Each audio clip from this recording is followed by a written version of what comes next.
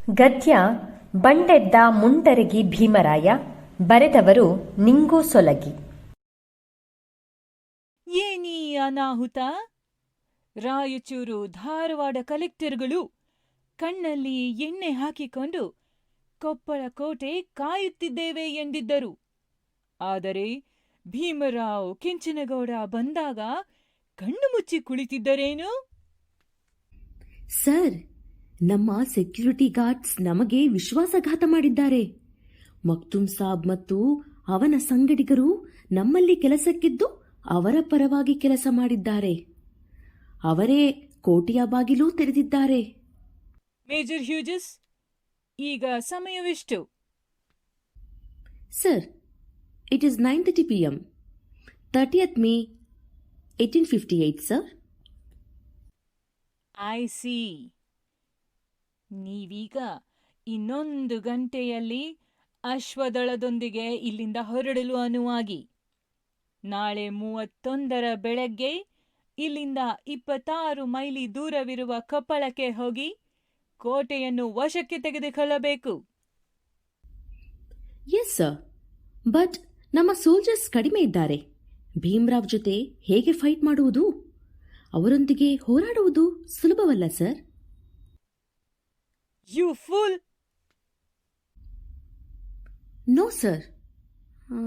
S sir. ನಿಮಗೆ ಅದರ ಚಿಂತೆ ಬೇಡ.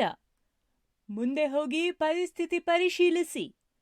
ಅಷ್ಟರಲ್ಲಿ ಲಿಂಗಸೂರಿನಿಂದ ಹೈದರಾಬಾದಿನಿಂದ ಡೆಪ್ಯೂಟಿ ಕಮಿಷನರ್ ಲೆಫ್ಟಿನೆಂಟ್ ಟೇಲರ್, ಕರ್ನೂಲ್ನಿಂದ ಅಶ್ವದಳದ ಬಾಬುರಾವ್ ಮತ್ತು ಕೃಷ್ಣರಾವ್ ಬರ್ತಾರೆ. ಕ್ಯಾಪ್ಟನ್ ರುದರ್ಫೋರ್ಡ್ ಲೀಡರ್ಶಿಪ್ನಲ್ಲಿ ಹೈಲ್ಯಾಂಡರ್ಸ್ ಸೈನಿಕ ತುಕಡಿ ಬರುತ್ತದೆ. ನೀವು ಮುಂದೆ ಹೋಗಿ. Go ahead. Right sir. ಭೀಮ್ರಾಯನನ್ನು ಖಂಡಿತ ಜೀವಂತ ಹಿಡಿದು ತರುತ್ತೇವೆ. ಅವನು ಸಿಡಿಲು ಮರಿ. ಗೆರಿಲ್ಲಾ ಯುದ್ಧ ಪರಿಣಿತನಾದ ಅವನನ್ನು ಹಿಡಿಯಲು ಹೋದರೆ ಸಿಡಿಯುತ್ತಾನೆ. ತನ್ನವರನ್ನು ಹುರಿದುಂಬಿಸಿ ಬಾಂಬುಗಳಂತೆ ಸ್ಫೋಟಿಸುತ್ತಾನೆ. ಅವನು ಗುಂಡೇಟಿನ ಗುರಿಕಾರ, ಶಾರ್ಪ್ ಶೂಟರ್. ಎಚ್ಚರದಿಂದ ಹೊಂಚು ಹಾಕಿ ಹಿಡಿದು ತನ್ನಿ. Yes sir, we are going to arrest him. Yes sir. ಸೇನಾನಿಗಳೇ, ನಿಮ್ಮ ಸಾಹಸ ಮೆಚ್ಚುವಂಥದ್ದು. ಬ್ರಿಟಿಷರನ್ನು ಬಗ್ಗು ಬಡಿದು ಕೊಪ್ಪಳ ಕೋಟೆ ವಶಪಡಿಸಿಕೊಂಡು ಗೆಲುವಿನ ಬಾವುಟ ಹಾರಿಸಿದ್ದೀರಿ. ಆದರೆ ಇದಿನ್ನೂ ಹೋರಾಟದ ಪ್ರಾರಂಭ.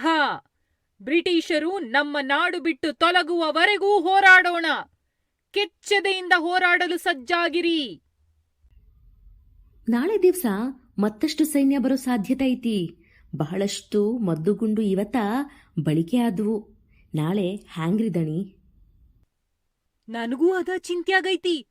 ಇವತ್ತ ಬಲ್ಲಂಗ ಅವರ ಗುಂಡಿಗೆ ಪ್ರತಿ ಗುಂಡು ಹಾರಿಸಿ ಬೆಚ್ಚ ಬೀಳ್ಸಿದೀವಿ. ಚಿಂತಿ ಮಾಡಿ ಪ್ರಯೋಜನ ಇಲ್ಲ. ನಾವು 7 ಸುತ್ತಿನ ಕ್ವಾಟಿ ಒಳಗ ಅದೀವಿ. ಏನಾದ್ರೂ ತಂತ್ರ ಬಳಸಿ ಅವ್ರನ್ನ ಒಳಗ್ ಬರ್ದಂಗ ನೋಡ್ಕೋಬೇಕು.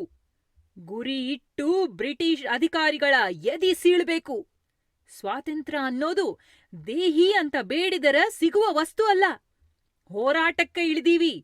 ಬ್ರಿಟಿಷರ ಗುಂಡಿಗೆ ಬಲಿಯಾದ್ರೂ ಸರಿ, ಛಲ ಬಿಡೋದು ಬ್ಯಾಡ. ಸ್ವಾತಂತ್ರ್ಯ ತಗೊಂಡೇ ತೀರೋಣ. ಆಯ್ತು ರಾಯ್ರೆ, ಇಟ್ಟ ಹೆಜ್ಜೆ ತೆಗೆಯದಿರೋಣ ಹಿಂದಕ್ಕೆ. ಭೀಮ್ರಾವ್, ಕೇಳು. ಇನ್ನು 3 ಗಂಟೆಗಳಲ್ಲಿ ಕೋಟೆಯ ಒಳಗೆ ಇದ್ದವರೆಲ್ಲ ಹೊರಗೆ ಬಂದು ಕೋಟೆಯನ್ನು ವೆಕೇಟ್ ಮಾಡಿ ಸರೆಂಡರ್ ಆಗದಿದ್ದರೆ ಗಂಭೀರ ಪರಿಣಾಮ ಎದುರಿಸಬೇಕಾದೀತು. ಎಚ್ಚರ. ನಿಮ್ಮ ಗೊಡ್ಡ ಬೆದರಿಕೆಗೆಲ್ಲ ಬೆದರಿ ಗೊತ್ತಿಲ್ಲ ಈ ಭೀಮ್ರಾವ್ಗ. ನಮ್ಮ ಗುರಿ ಏನಿದ್ರೂ ಈ ನೆಲದಿಂದ ಅಟ್ಟೋದೊಂದೇ. ಗೆದ್ರೆ ಸ್ವಾತಂತ್ರ್ಯ, ಸತ್ರ ವೀರಸ್ವರ್ಗ. ಭೀಮ್ರಾವ್, ನೀನು ಸಾಗರಕ್ಕೆ ಸೇತುವೆ ಕಟ್ಟುವ ಸಾಹಸಕ್ಕೆ ಕೈ ಹಾಕಿದೀಯ. ನಿನ್ನ ಬಂಡಾಯದಿಂದ ಏನು ಪ್ರಯೋಜನವಿಲ್ಲ. ಬಾ ಹೊರಗೆ. ಕೋಟೆ ಬಿಟ್ಟುಕೊಟ್ಟು. ಶರಣಾದ್ರೆ ನಿನಗೆ ಕಂಪನಿ ಸರ್ಕಾರ ಉತ್ತಮ ಸ್ಥಾನ ನೀಡಿ ಚೆನ್ನಾಗಿ ಟ್ರೀಟ್ ಮಾಡುತ್ತದೆ. ಏಯ್ ಫರಂಗಿ, ದೀಪ ಬೆಳಗೋದು ತನಗಾಗಿ ಅಲ್ಲ, ಇತರರಿಗೆ ಬೆಳಕಾಗಲಿ ಅಂತ.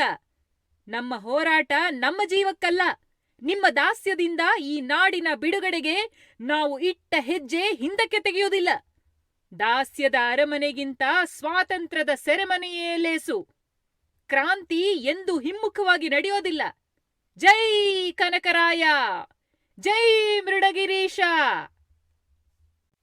ಜೈ ವೀರಭದ್ರ, ಜೈ ಮೃಡಗಿರೀಶ. ಹಾ, ಅಯ್ಯೋ ಕೆಂಚನಗೌಡ! ಭೀಮರಾಯರ ಈ ಪರಂಗಿ ಗುಂಡು ನನ್ನ ಎದ್ಯಾಗ ಹೋಗ್ತ್ರಿ, ಎದ್ಯಾಗ ಹೋಗ್ತು. ಲೇ ಫರಂಗಿ ಪಾಪಿಗಳೇ, ನಿಮ್ಮ ಎದಿ ಸೀಳದೆ ಬಿಡೋದಿಲ್ಲ ನಮ್ಮ ಭೀಮರಾಯ. ನಿಮ್ಮನ್ನ ಆಹಾ, ಆ, ಕೆಂಚನಗೌಡ್ರ! ಭೀಮ್ರಾವ್, ಈಗಲಾದರೂ ಶರಣಾಗು. ನಿನಗೆ ಜೀವದಾನ ಮಾಡುತ್ತೇವೆ. ಏನು? ನನಗ ಜೀವದಾನ ಮಾಡ್ತೀಯಾ? ಜೀವದಾನ? ನನ್ನ ಸಂಗಾತಿಗಳನ್ನ ಕೊಂದ ನಿಮ್ಮನ್ನ ಸುಮ್ನ ಬಿಡುವುದಿಲ್ಲ. ಫಾಯ ಫಾಯ! ಹಾ, ಪರಂಗಿ!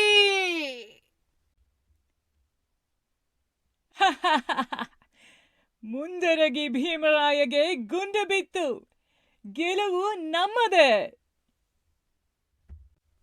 ಏಯ್ ಫರಂಗಿ, ನಾನು ಸತ್ರೂ ಈ ನೆಲದಾಗ ನಾವು ಹುಟ್ಟು ಹಾಕಿದ ಬಂಡಾಯಕ್ಕೆ ಸಾವಿಲ್ಲ. ಈ ನಾಡಿನ್ಯಾಗ ಈ ಬಂಡಾಯದ ಕಹಳೆ ಮೊಳಗ್ತಾನೇ ಇರುತ್ತೆ. ಈ ಜನ ನಿಮ್ಮ ದಾಸ್ಯದಿಂದ ಮುಕ್ತರಾಗೋ ತನಕ ಹೋರಾಟ ನಡೆಸೇ ತೀರ್ತಾರ. ನಿಮ್ಮನ್ನ ಈ ನೆಲದಿಂದ ಓಡಿಸಿ ಭಾರತ ಮಾತೆನ ಸ್ವಾತಂತ್ರ್ಯ ಮಾಡೇ ಮಾಡ್ತಾರ.